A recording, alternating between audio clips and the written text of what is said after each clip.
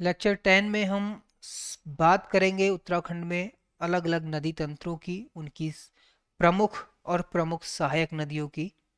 तो नदी तंत्र की जब बात करें तो उत्तराखंड में मुख्य रूप से 3 नदी तंत्र पाए जाते हैं। पश्चिम में यमुना नदी तंत्र, जिसकी प्रमुख नदी है यमुना यमुना नदी तंत्र। यमुना नदी तंत्र की प्रमुख सहायक नदी है टोंस, जो हिमाचल और उत्तराखंड के लगभग बॉर्डर पे बहती है, जो अपने आप में दो नदियों से मिलकर बनती है। ठीक है, तो ये हो गई इसकी यमुना नदी तंत्र की प्रमुख सहायक नदी टोंस। फिर यमुना नदी तंत्र के पूरब में यानी कि उत्तराखंड के लगभग मध्य में आता है गंगा नदी तंत्र। गंगा नदी तंत्र, गंगा नदी तंत्र सबको पता है, ये अपने आप में भागीरथी, भ्लंगना, जब ये देवप्रयाग में अलकनंदा से मिलती हैं, तब देवप्रयाग के बाद इस नदी को गंगा के नाम से जाना जाता है। तो यहाँ पे प्रमुख प्रमुख नदियों के अभी मैं नाम मेंशन कर रहा हूँ, बाकी डिटेल में अलग से लेक्चर लेंगे। ठीक है, तो एक भागीरथी की हमने बात की, फिर भिलांगना, उसके बाद देवप्रयाग में मिलती है इससे अलकनंदा। अलकनंदा और अलकनंदा में अपने आप में कई सारी नदियां मिलती हैं, जैसे मंदाकिनी, फिर पिंडर, शॉर्ट में लिख दे रहा हूं मैं, नंदाकिनी, फिर धौली गंगा और विष्णु गंगा। तो इस तरह से बनता है गंगा नदी तंत्र। इसके बाद उत्तराखंड के पूरब में आता है काली नदी तंत्र, जिसकी प्रमुख नदी है काली। ये शायद कलर आपको ना दिख रहा हो, चेंज कर लेते हैं। पूरब में है काली नदी तंत्र। काली नदी तंत्र की प्रमुख नदी हो गई काली नदी, जो उत्तराखंड और नेपाल के लगभग समांतर बहती है। उस नदी की जो प्रमुख सहायक नदियां हैं उनमें गंगा, गौरी गंगा, फिर सरयू नदी, फिर सरयू की अन्य बहुत सारी सहायक नदियां हैं जो अपने आप में सरयू में पानी लाती हैं और फिर ये काली नदी से मिलती हैं। तो पूरब साइड में हो गया,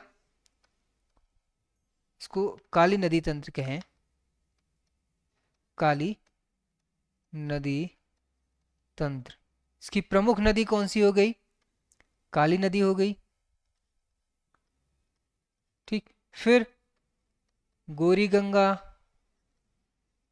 उसके बाद सरयू नदी, और बाकी अन्य नदियों की हम बात करेंगे जब अलग से इसको समझेंगे। इसके साथ ही कुछ और नदियों की बात करेंगे, जैसे रामगंगा, कोसी, दाबका, गौला जैसी अन्य छोटी नदियों की बात करेंगे। तो उत्तराखंड के नदी तंत्र में 3 प्रमुख नदी तंत्र की हमने बात की, यमुना नदी तंत्र, गंगा नदी तंत्र और काली नदी तंत्र। ठीक है, इसके बाद अन्य सहायक नदियों की बात करेंगे। अब यहाँ पे एक चीज और क्लियर कर लेते हैं कि इन तीनों नदी तंत्रों में जो सबसे बड़ा बेसिन क्षेत्र है, रिवर बेसिन या नदी बेसिन जिसको कहते हैं, नदी बेसिन, पहले समझो बेसिन क्या होता है। बेसिन का मतलब होता है कोई भी प्रमुख नदी, जैसे काली नदी है और इसकी जितनी भी सहायक नदियां हैं, इनका जो भी प्रवाह क्षेत्र है, जितने क्षेत्र में ये जल को बहाती हैं, उसको बोलते हैं उस नदी का बेसिन क्षेत्र। ठीक, तो उत्तराखंड में 3 नदी तंत्रों में से काली नदी तंत्र का सबसे अधिक बेसिन क्षेत्र है, ध्यान रखना। तो काली नदी का जो बेसिन क्षेत्र है वो है 11,467 स्क्वायर किलोमीटर, मतलब वर्ग किमी। तो ये भी याद रखना जरूरी है। अगर नदी बेसिन क्षेत्र आपसे पूछा जाए तो सबसे बड़ा काली नदी तंत्र का है या काली नदी का है। इसके बाद जो बेसिन क्षेत्र है वो है अलकनंदा का। अलकनंदा ये है आपका, ठीक, क्योंकि अलकनंदा की कई सारी बड़ी बड़ी प्रमुख सहायक नदियां हैं। इसका है 10,951 या 50 ऐसा कुछ है स्क्वायर किलोमीटर। इसके बाद आती है भागीरथी, तीसरे नंबर पे। दूसरे नंबर पे अलकनंदा हो गई, पहले नंबर पे काली नदी हो गई। तीसरे नंबर पे भागीरथी हो गई। भागीरथी का जो बेसिन क्षेत्र है ये लगभग 7,880 ऐसा कुछ है स्क्वायर किलोमीटर। सबसे कम है नयार नदी का। नयार नदी अलकनंदा के नीचे कुछ यहाँ इस तरह से बहती है, पश्चिमी और पूर्वी नयार के रूप में। तो नयार नदी का सबसे कम है। तो यहाँ पे नदी बेसिन में कहा जाए तो सबसे अधिक सबसे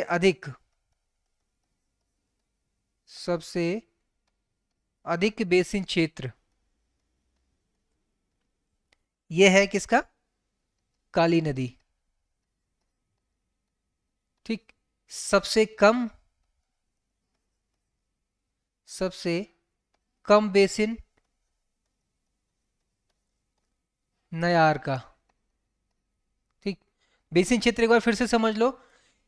कोई भी प्रमुख नदी और उसकी सहायक नदियों द्वारा जो जल जितने क्षेत्र में प्रवाहित होता है वो उसका बेसिन क्षेत्र कहलाता है। ठीक है। एक और आता है यहाँ पे शब्द कैचमेंट एरिया। तो कैचमेंट एरिया इससे छोटा हुआ। कैचमेंट एरिया क्या होता है? जैसे मान लो गौरी गंगा है, इस गौरी गंगा में का कैचमेंट एरिया क्या होगा? इसके आसपास से जहां से इसमें पानी आएगा वो उसका कैचमेंट एरिया हो जाएगा। ठीक। तो कैचमेंट एरिया के विपरीत जहां जिस जिस क्षेत्र से ये पानी बहकर निकलेगा वो इसका बेसिन क्षेत्र हो जाएगा। तो इस तरह से गौरी गंगा का बेसिन क्षेत्र और अन्य सहायक नदियों का बेसिन क्षेत्र जब काली नदी के साथ मिलता है तो ये उत्तराखंड के तीनों में से सबसे अधिक बेसिन क्षेत्र का निर्माण करता है। ठीक। इसके बाद जो हमें समझना है वो ये समझना है कि जब हम भौगोलिक क्षेत्र की बात कर रहे थे तो हमने कहा था कि सबसे नीचे है तराई क्षेत्र। ठीक। तराई के ऊपर है भाबर क्षेत्र। ठीक है, जिसकी पश्चिम में चौड़ाई ज्यादा है। फिर शिवालिक है, इसके बाद है लघु, और फिर मध्य, और मध्य के बाद में है ट्रांस। ये भौगोलिक क्षेत्र थे। तो ये मैं क्यों बता रहा हूँ? ये इसलिए बता रहा हूँ क्योंकि आपको पता होना चाहिए कि जितनी भी जो बड़ी बड़ी प्रमुख नदियां हैं जैसे भागीरथी, अलकनंदा, इसको ऐसे समझ लेते हैं। भागीरथी मान लो, भागीरथी, अलकनंदा, ये मैं ऐसे ही ड्रॉ कर रहा हूँ, ठीक है, समझने के लिए खाली। अलकनंदा, नंदाकनी, पिंडर, फिर मंदाकिनी। अभी आपको समझ में आएगा मैं ऐसा क्यों कर रहा हूँ। उसके बाद भिलंगना। इनकी पोजीशन अलग अलग हो सकती है, हाँ, और है हो क्या सकती है अलग अलग। ये तो मैं जस्ट समझने के लिए ऐसे कर रहा हूँ, भिलंगना, ताकि याद रहे। ठीक है। काली, यमुना, टोन्स। यमुना तो चलो यहीं बना देता हूँ, यमुना और टोन्स।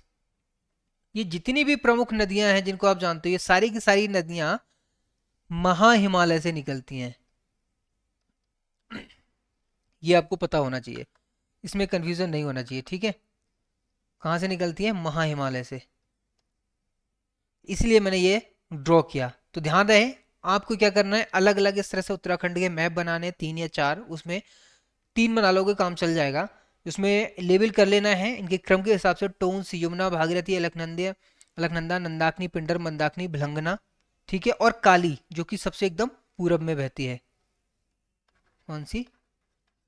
काली नदी। ये सारी की सारी जो नदियां हैं ये कहाँ से निकलती हैं? महा हिमालय से। ठीक। और एक चीज और है यहाँ पे, वो भी नोट कर ही लेना, पूर्वी रामगंगा, ये ऐसे बना लेना, पूर्वी रामगंगा, पूर्वी रामगंगा। ये सारी की सारी नदियां निकलती हैं महा हिमालय से। अब दूसरा, इसको मैं साफ कर रहा हूं। अब पूछा जाएगा कि मध्य हिमालय से कौन सी नदियां निकलती हैं। तो मध्य हिमालय से निकलने वाली जो नदियां हैं उनको भी हम ऐसे ही बनाएंगे, रफ आइडिया याद करने के लिए एक दूसरे मैप में। इसमें तो खिचड़ी पक जाएगी। ठीक है। तो हमें क्या करना है अब? मध्य हिमालय। मध्य हिमालय कहाँ पे है? पहले मध्य हिमालय की पोजीशन सही कर लें। तो मध्य हिमालय की पोजीशन हो जाएगी आपकी ये ट्रांस हिमालय हो गया, ये महा हिमालय हो गया, और ये हो गया मध्य हिमालय। तो महा हिमालय और शिवालिक के बीच में जो एरिया पड़ता है उसको कहते हैं मध्य हिमालय। तो ये है मध्य हिमालय। ठीक। अब पूछा जाएगा अगर मध्य हिमालय से कौन सी नदियां निकलती हैं, तो वो आप इसी तरह से लेबल कर लेना समझने के लिए। जैसे पश्चिमी रामगंगा, पश्चिमी रामगंगा, ठीक। इसके अलावा गोमती, कोसी, या पे ऐसे ही लेबल कर लेना, गोमती, कोसी, ठीक। इसके अलावा नयार, नयार नदी, ठीक। और कोई बची? हाँ, गौला नदी, गौला नदी, ठीक। ये सारी की सारी नदियां कहाँ से निकलती हैं? मध्य हिमालय से निकलती हैं। रामगंगा हो गई, गोमती हो गई, कोसी हो गई, ठीक है, गौला नदी हो गई। इसके अलावा एक दो और होंगी, जैसे पनार, पनार भी यहाँ पे कर सकते हो, पनार नदी। ये मध्य हिमालय से निकलने वाली नदियां हैं। इसी तरह से जब तीसरा मैप बनाओगे तो उसमें मेंशन करोगे कि शिवालिक क्षेत्र से कौन कौन सी नदियां निकलती हैं। तो अब हम बात करते हैं शिवालिक क्षेत्र की, इनको साफ करते हैं, ठीक है। आपको तीसरे तीन अलग अलग मैप बनाने हैं जिसमें आपको अच्छी तरह से याद रहे, और वो जरूरी है, ठीक। तो मध्य हिमालय की हमने बात कर ली। अब हमें बात करनी है किसकी? शिवालिक की। शिवालिक क्षेत्र कौन सा होता है पता होगा? मध्य हिमालय और तराई क्षेत्र के बीच या भाबर क्षेत्र के बीच में जो एरिया है वो क्या है? शिवालिक क्षेत्र है, शिवालिक क्षेत्र। तो शिवालिक क्षेत्र से निकलने वाली नदियां कौन कौन सी हैं?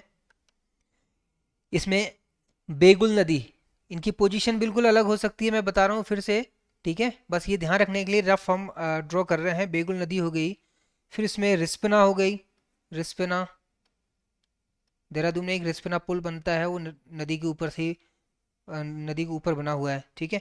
फिर सौंग हो गई, सौंग नदी।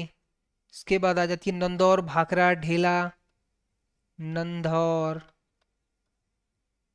भाखरा, वगैरह वगैरह नदियां हैं कुछ, ठीक। तो ये नदियां हैं जो कहाँ से निकलती हैं? शिवालिक क्षेत्र से निकलती है। तो आपको तीन अलग अलग मैप बनाने हैं। इसमें एक में आप महा हिमालय से निकलने वाली नदियां दिखाओगे, दूसरे में मध्य हिमालय से, तीसरे में शिवालिक से, ताकि आपको पता चल जाए कि नदियों का ओरिजिन बेसिकली कहाँ पे है, ठीक। तो अगले लेक्चर में हम बात करेंगे सिर्फ और सिर्फ एक यमुना नदी तंत्र की, फिर नेक्स्ट लेक्चर में बात करेंगे भागीरथी यानी कि गंगा नदी तंत्र की, फिर देन काली नदी। तो इस तरह से हम कवर करेंगे उत्तराखंड के नदी तंत्र। जब सारे के सारे नदी तंत्र कवर हो जाएंगे, फिर हम एक साथ बात करेंगे कि इस नदी तंत्र से अब तक कितने क्वेश्चंस पूछे गए हैं और कौन से पूछे जा सकते हैं, ठीक है। तो चलिए अब मुलाकात होगी अगले लेक्चर में नदी तंत्र के साथ।